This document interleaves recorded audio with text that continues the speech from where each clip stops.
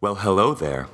I see you found your way back through the dim and dark, stumbling helplessly into the blackness that is the void of the radio, and finally landing on a small patch of substance, an island in that black ocean, a sanctuary called the Opulence Theater. What might have called you here again? An interest in our little program, perhaps? An escape from reality, brief though it may be.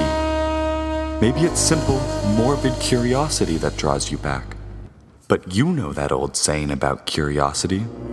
Curiosity is a cold-blooded serial murderer that watches from the shadows, waiting and grinning, and seems to have a serious vendetta against cats.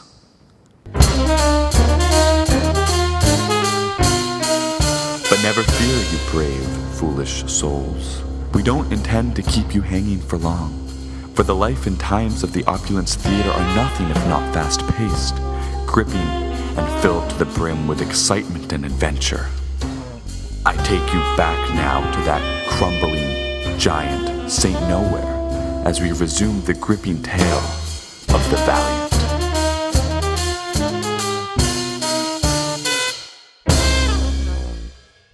A late evening gloom rolls in off the harbor, snaking through the streets and in between the buildings of St. Nowhere, covering everything in a nearly opaque mist. A lone figure creeps through the dusk, and upon arriving at an old red door on an old brown building, she knocks with purpose. Upon her knock, a panel in the door slides open, and two eyes stare down at the guest. Password, miss? Haha, very funny. You know who I am. Let me in. Password? Now I mean it. Let me in. Not without a password. Oh, quit horsing around. This is quite rude. House policy. No password, no entry. Okay, fine. Rutabaga. That's not the password. Funny, I thought it was. How about 39? No. Bubbles? Applesauce. Shadow? Kansas? None of those are the password. Well, I can't say I didn't try. The woman steps through the eviscerated door and over the eviscerated bouncer to find an enormous speakeasy. This is a sting. Everybody place your hands on the tables in front of you. No sudden moves, and don't try anything funny or you'll end up like the bouncer at the door. A little more lead and a lot less blood. All clear, officers. Come on in.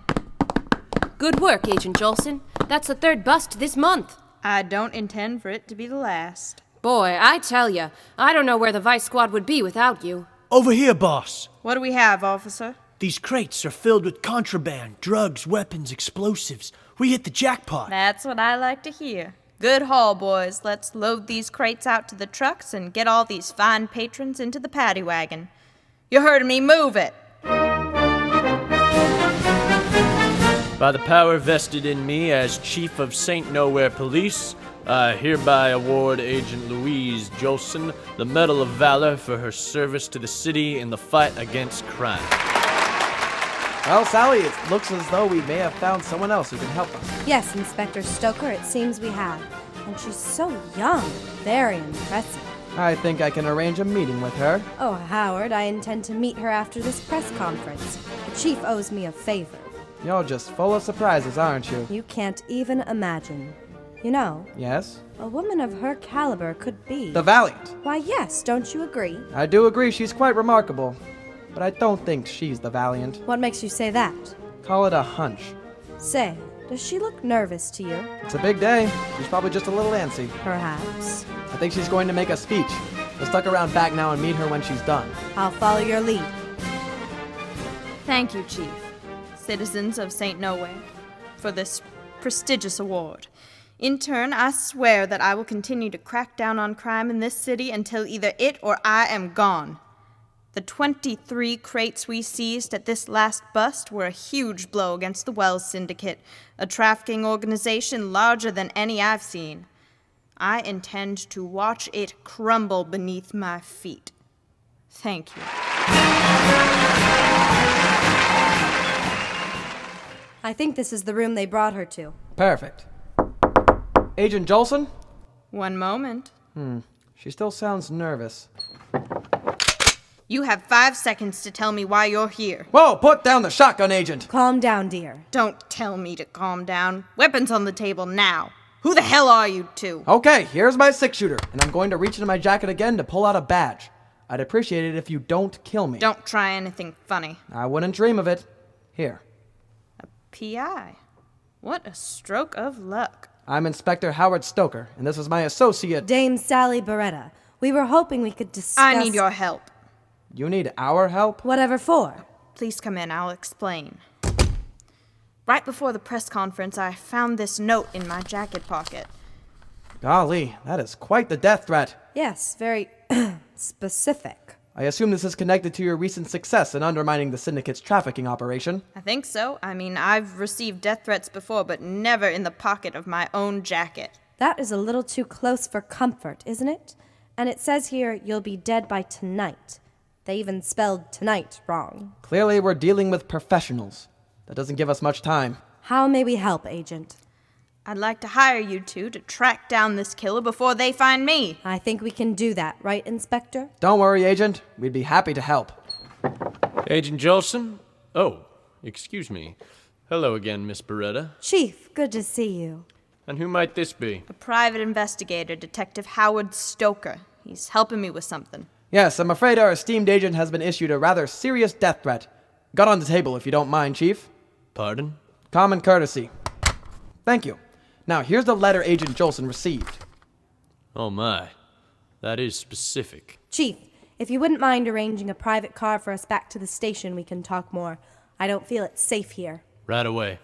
Let's get you out of here, Agent. We got a 1449er on 15th Street, 1449er.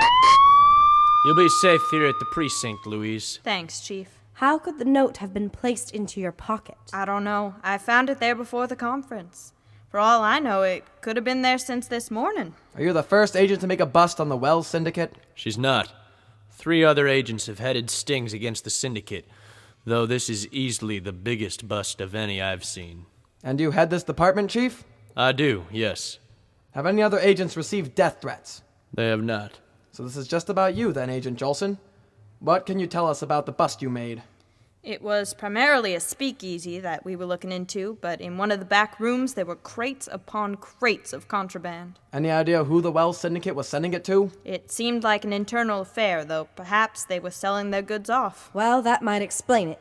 You managed to get quite a lot of people mad at you at once. You don't suppose they've hired an assassin, do you? I have an idea. Chief, take Agent Jolson somewhere safe. Sally, come with me. I have a job for you. We'll meet you at the safe house. And so the pair split off in search of justice. But as Jolson and the chief arrive at the safe house, Agent Jolson feels that something is off. Wait a second. This isn't the safe house? Chief, where are we? Your grave! Chief, what are you doing with that gun? Taking you off duty. Your city will remember you as a hero. Goodbye, Louise. Shooting blanks, Chief. You know, guns generally don't work without these. When did you take those bullets from me? Why, when you placed your gun on the table, of course. Common courtesy. I noticed you try and subtly sheath a knife back when we met you at the conference. Why would a police chief have a knife out in the open like that? You gave me the note. Yes, he did. I knew somebody close to you must have slipped it into your jacket. That paired with the knife made a pretty convincing argument. But why did you do it, Chief? Perhaps I can answer that. Back at the station, Howard asked me to look at the reports from the last few stings. When I looked, I couldn't find inventory for any of them except the ones you performed, Agent Jolson. So? That doesn't prove anything. Oh? What about the fact that the document for Jolson's last bust had 19 crates logged, but she said this morning at the conference that she found 23 at the speakeasy?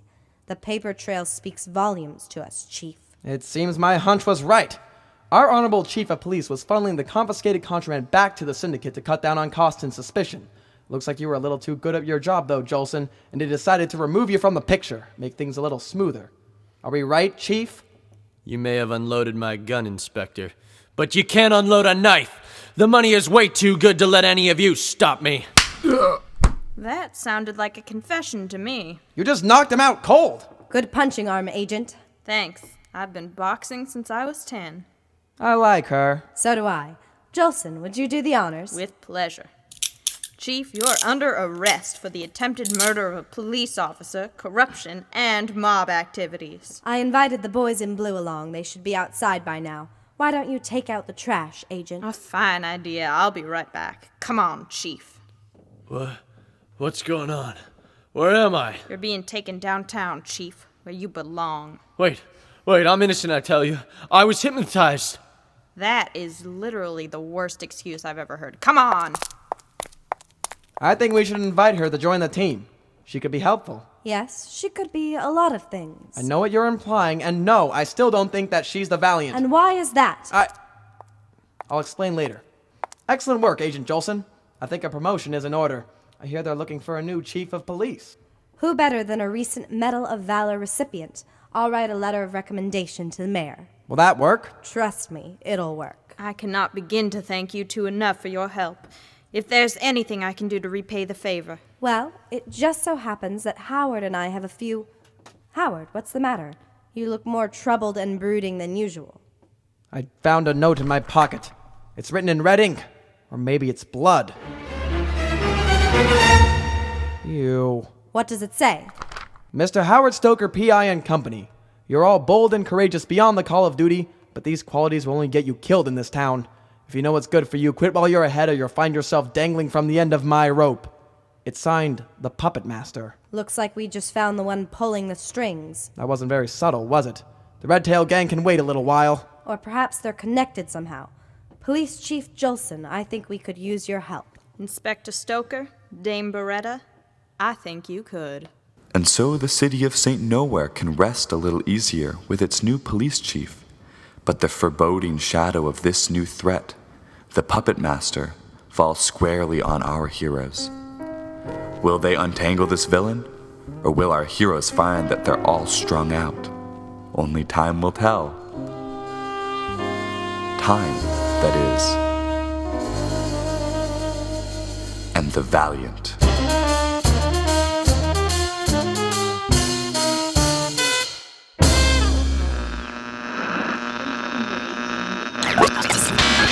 Hey everybody, it's me, Todd, and you know what that means. It's time for the Todd Show, starring me, Todd.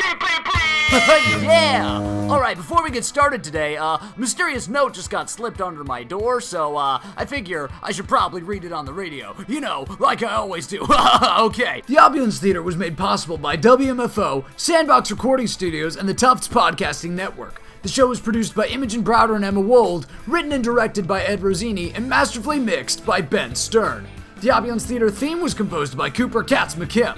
The Opulence players were performed by Tyler Beardsley, Paxton Crystal, Christina Moore, Grace Oberhofer, Kira Patterson, and Ed Rosini, with Kenny Weitzman as the voice of the Shroud. If you want to learn more about the Opulence Theater or Wavejacked, go to www.wavejacked.wix.com. What?